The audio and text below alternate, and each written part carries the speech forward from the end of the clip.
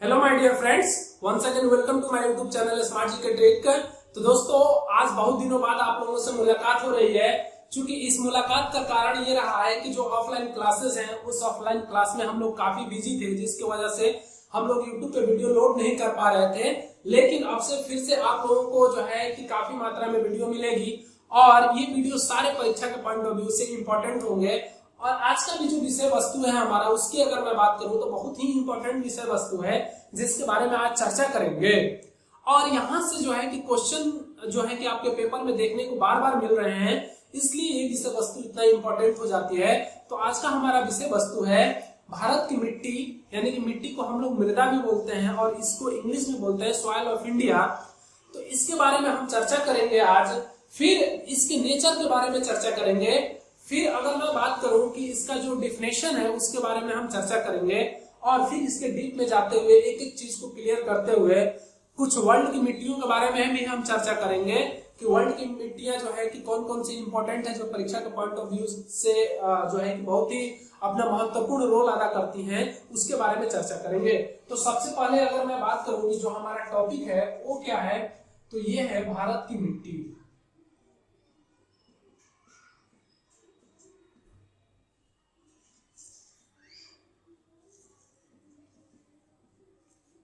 मिट्टी को हम लोग मृदा भी बोलते हैं, तो इसको इंग्लिश में लिख सकते हैं सॉइल ऑफ इंडिया। ये हमारा आज का विषय वस्तु है और इसी पे चर्चा करेंगे। क्योंकि देखिए ये बहुत ही एक ब्रॉड लेवल का टॉपिक है, इस पे हमारा 2-3 क्लास आएगा, उसको आप लोग बिल्कुल देखें। क्योंकि ये टॉपिक आज के पेपर में इतना इंपॉर्टेंस निभा रहा है कि अगर आपका 4 क्वेश्चन भी यहाँ से पूछा जा रहा है ना, तो आप अगर उसमें से 2 या 3 कर लेते हैं तो भी आपके लिए बहुत ही फायदेमंद साबित होगा। तो सबसे पहले अगर मैं बात करूं कि जो मिट्टी है हमारा, इसके बारे में हम सबसे पहले क्या करेंगे, चर्चा करेंगे कि आखिर मिट्टी है क्या, उसके बारे में हम चर्चा करेंगे। फिर जो है कि इसकी नेचर को समझने का कोशिश करेंगे, यानी कि इसकी प्रकृति को समझने का कोशिश करेंगे, नेचर को समझेंगे। उसके बाद से हम समझेंगे कि मिट्टी क्या है। देखिए बहुत ही बच्चे कंफ्यूज होते हैं कि आखिर मिट्टी क्या है, उसके बारे में भी हम चर्चा करेंगे। तो मिट्टी क्या है, इसके बारे में हम यहाँ पे डीप अध्ययन करेंगे और इसके डेफिनेशन के बारे में भी जानेंगे। उसके बाद से इसी मिट्टी के अंतर्गत जो हमारी परिभाषाएं हैं, मिट्टी की परिभाषा की अगर मैं बात करूं तो वो क्या है, उसके बारे में हम यहाँ पे चर्चा करेंगे। फिर अगर मैं बात करूं कि इसका महत्व किसका, इस मिट्टी का महत्व की अगर मैं बात करूं, इंपॉर्टेंस की अगर मैं बात करूं तो वो क्या है, उसके बारे में यहाँ पे चर्चा करेंगे। फिर हम बात करेंगे मिट्टी का जो निर्माण हुआ है, यानी कि सॉइल जेनेसिस की अगर मैं बात करूं तो यहाँ पे मैं बात करूंगा आपका सॉइल जेनेसिस का। सॉइल जेनेसिस के बारे में हम यहाँ पे बात करेंगे कि जो मृदा का निर्माण हुआ है, जो सॉइल फॉर्मेशन हुआ है, वो किस तरीके से हुआ है, उसके बारे में मैं चर्चा करूंगा। तो यहाँ पे लिख सकता हूं सॉइल फॉर्मेशन। ठीक है, तो सबसे पहले ये समझते हैं कि जो हमारा सॉइल है, अगर मैं बात करूं कि इस मृदा की, तो इस मृदा का जो हम स्टडी करते हैं वो किस तरीके से करते हैं उसको समझिए। तो सबसे पहले जो हमारा सॉइल है ना, इसकी अगर स्टडी की अगर मैं बात करूं तो इसके जिस विज्ञान की शाखा के अंतर्गत हम इसका अध्ययन करते हैं उसको पेडोलॉजी बोलते हैं। क्या बोलते हैं, पेडोलॉजी। अब देखिए मेरे प्यारे दोस्तों, अगर मैं इस पेडोलॉजी की अगर मैं बात करूं तो ये पेडोलॉजी जो है आपकी 2 शब्दों से मिलकर बना है। पहला बना है आपका पैड और दूसरा बना है आपका लोगस। ठीक है, तो अगर मैं पैड की अगर मैं बात करूं तो इसका मतलब होता है आपका सॉइल, और लोगस का मतलब ये होता है डिस्कोर्स की अगर मैं बात करूं तो डिस्कोर्स। अगर डिस्कोर्स की अगर मैं बात करूं तो इसका मतलब होता है एक्सप्लेनेशन। क्या होता है, एक्सप्लेनेशन। यानी कि मृदा की अगर मैं बात करूं, जब मृदा का हम अध्ययन यानी कि एक्सप्लेनेशन जिस शाखा के अंतर्गत करते हैं विज्ञान की, वो आपका क्या कहलाता है, पेडोलॉजी कहलाता है। तो आशा करता हूं कि ये पॉइंट आपको क्लियर हो गया होगा। तो आगे बढ़ते हैं, अब ये समझते हैं कि जो हमारी मिट्टी है, यानी कि मिट्टी का जो परिभाषा है वो आखिर क्या है। तो इसकी अगर मैं बात करूं तो भूपर्पट्टी के ऊपरी भाग में चट्टानों के टूट फूट से निर्मित ढीले पदार्थों के एक पतली आवरण, क्या एक पतली आवरण जिसमें पौधों के विकास, यानी कि प्लांट की अगर मैं बात करूं, प्लांट और एनिमल की अगर मैं बात करूं, एनिमल के विकास के लिए पर्याप्त पोषक तत्व यानी कि मिनरल्स, क्या मिनरल्स मौजूद हो, उसी को हम क्या बोलेंगे, मिट्टी बोलते हैं। तो आशा करता हूं कि आप लोग समझ गए होंगे। फिर से मैं इसको रिपीट कर देता हूं। भूपर्पट्टी के ऊपरी भाग में चट्टानों के टूट फूट से निर्मित ढीले एक पतली आवरण, ढीले पतली आवरण यानी कि पदार्थों के ढीले पतली आवरण की वह मात्रा जिसमें जो है कि प्लांट और एनिमल के विकास के लिए आवश्यक पोषक तत्व मौजूद हो, उसी को हम लोग क्या बोलेंगे, मिट्टी बोलेंगे। तो आशा करता हूं आप लोग लिख लिए होंगे। अब मैं मिट्टी की अगर मैं बात करूं तो मिट्टी देखिए, ये जो है कि आपका आधारभूत संरचना के नाम से भी जाना जाती है, यानी कि मिट्टी जो है हमारी एक आधारभूत संरचना है जिसके माध्यम से हम लोग बहुत सारी चीजों को प्राप्त करते हैं, क्या करते हैं, प्राप्त करते हैं, ठीक है। और प्राप्त करने के बाद से हम अपने जीवन में उसका उपयोग करते हैं। अगर मिट्टी नहीं होती तो आखिर क्या होता, तो हम लोगों का जीवन संभव ही नहीं होता, क्योंकि जितनी भी चीज जो है, जैसे आपके प्लांट है, जिससे भी खाद्य पदार्थ हैं, वो सारे जो है कहां से प्राप्त होते हैं, आपके मिट्टी के ऊपरी आवरण से प्राप्त होते हैं, जहां पे विकास होता है पौधों का, वहां से। और उन पौधों से हमें क्या होता है कि मिनरल्स प्राप्त होते हैं, उन पौधों को हम खाते हैं और उनसे हम लोग जो है कि पोषक तत्वों की प्राप्ति होती है। फिर हम लोग जो है कि यहाँ पे जो है कि आप लोगों के सामने मौजूद है, ठीक है। तो अगर मैं बात करूं कि मिट्टी हमारी क्या है, तो मिट्टी की अगर मैं बात करूं तो आधारभूत संसाधन जो है कि इसको कहा जाता है, यानी कि मिट्टी का यहां पे लिख सकता हूं मैं आधारभूत संसाधन, आधारभूत संसाधन, संसाधन। अब देखिए आधारभूत संसाधन का मतलब ये हो गया आपका बेसिक नीड्स, क्या बेसिक नीड्स।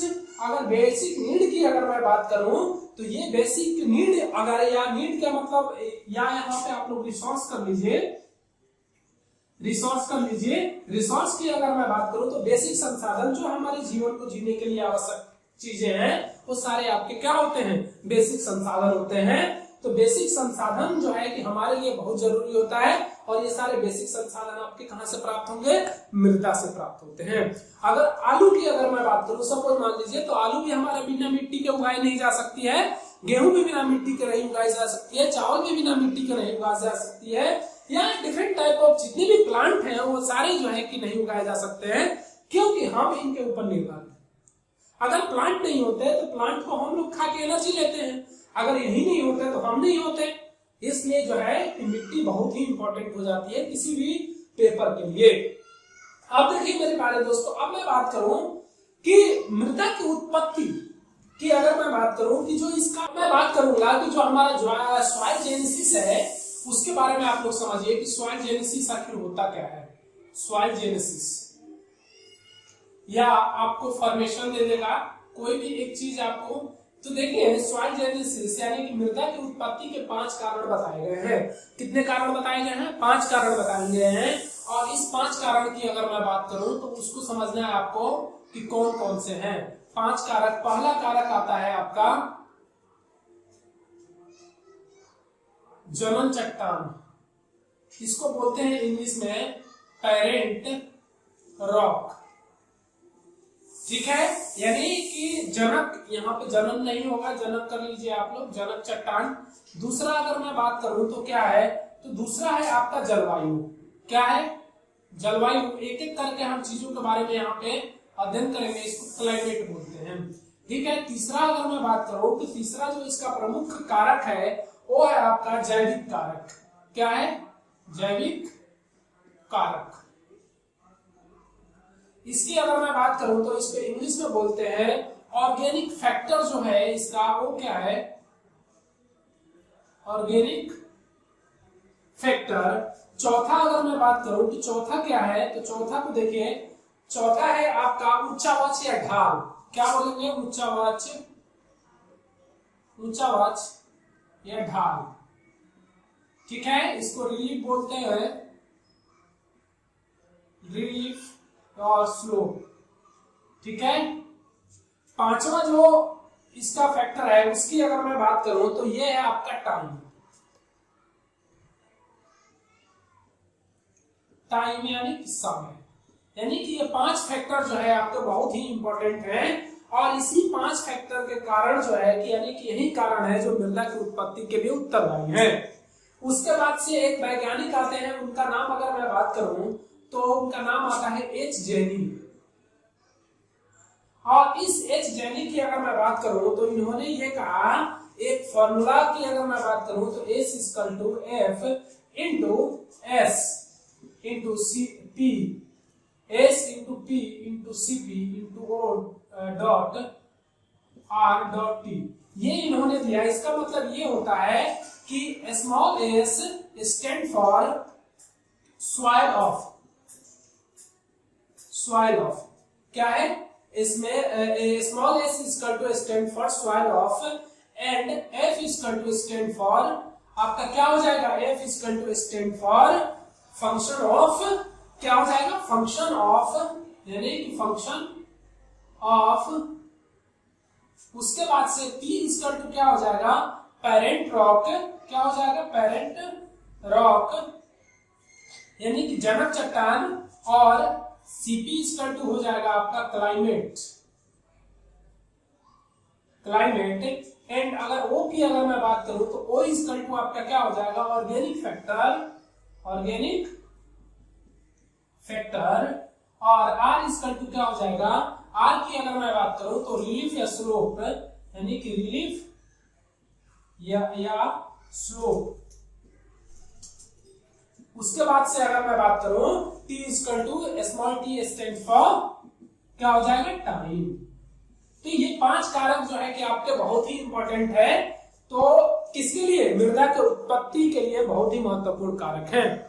आगे हम बात करते हैं, एक एक करके चीजों को अध्ययन करेंगे कि पेरेंट ऑफ रॉक क्या है, क्लाइमेट क्या है, ऑर्गेनिक क्या है, रिलीफ फैक्टर, रिलीफ या स्लोप क्या है, और आपका टाइम, टाइम का इस पे किस तरीके से जो है कि कारक बना, उसके बारे में हम चर्चा करेंगे। ठीक है,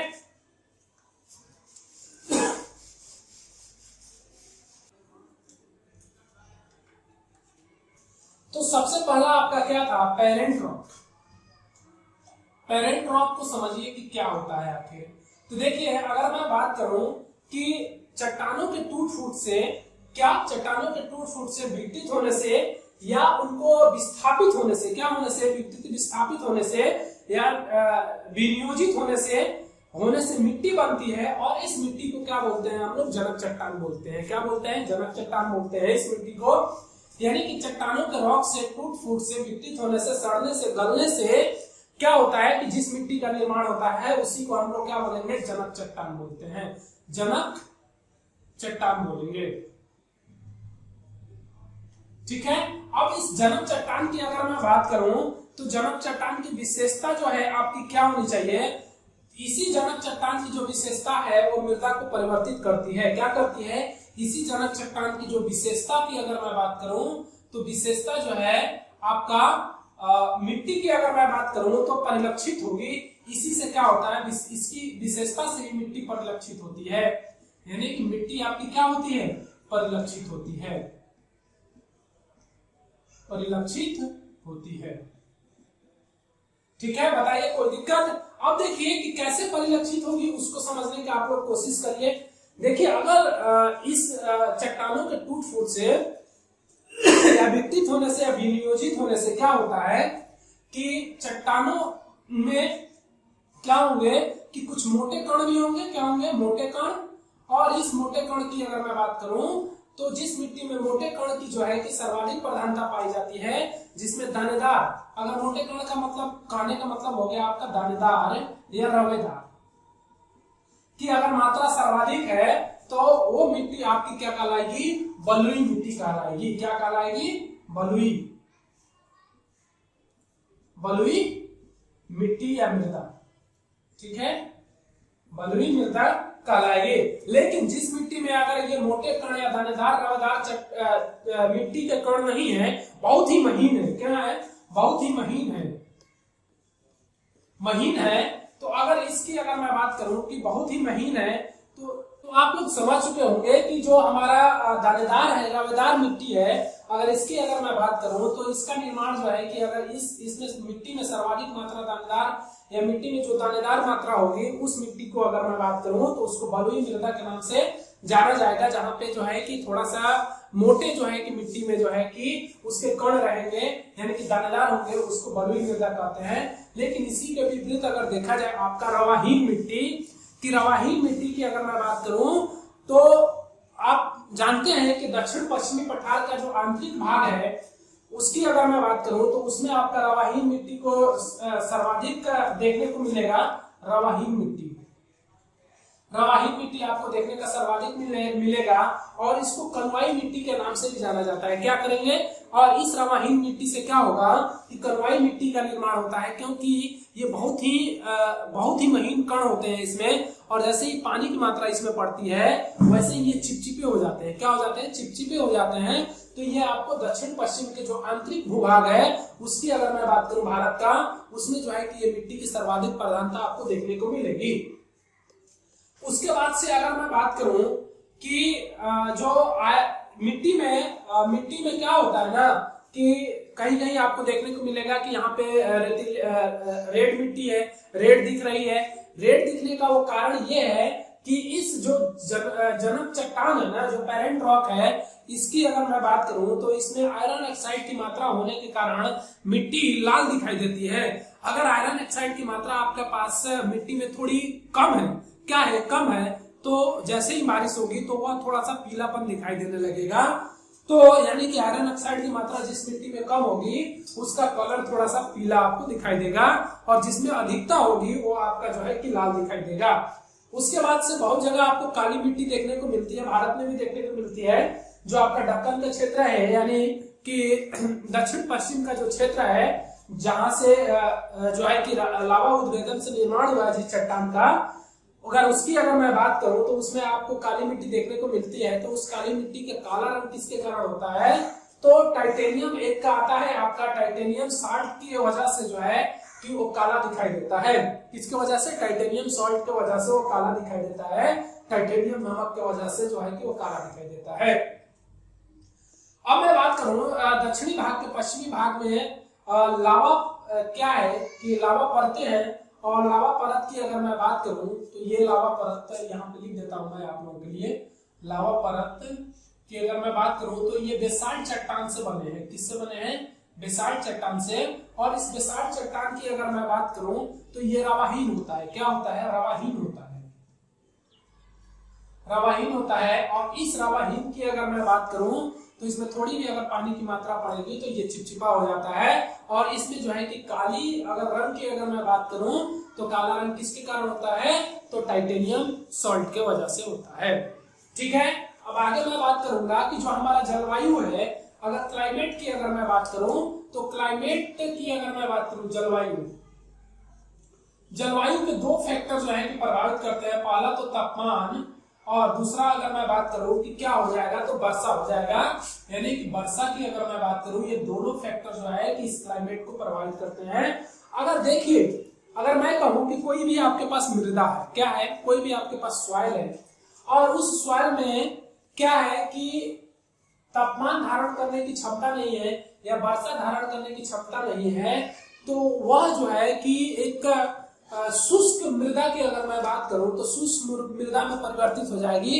यानी कि अगर वर्षा की मात्रा जो है कि कम हो रही है किसी भी क्षेत्र में, तो वह मिट्टी जो होगी आपकी शुष्क हो जाएगी। लेकिन अगर तापमान और पर्याप्त तापमान और वर्षा आपको प्राप्त हो रहा है तो वह मिट्टी जो है आपकी बहुत ही उपजाऊ होगी। क्या है, बहुत ही उपजाऊ होगी।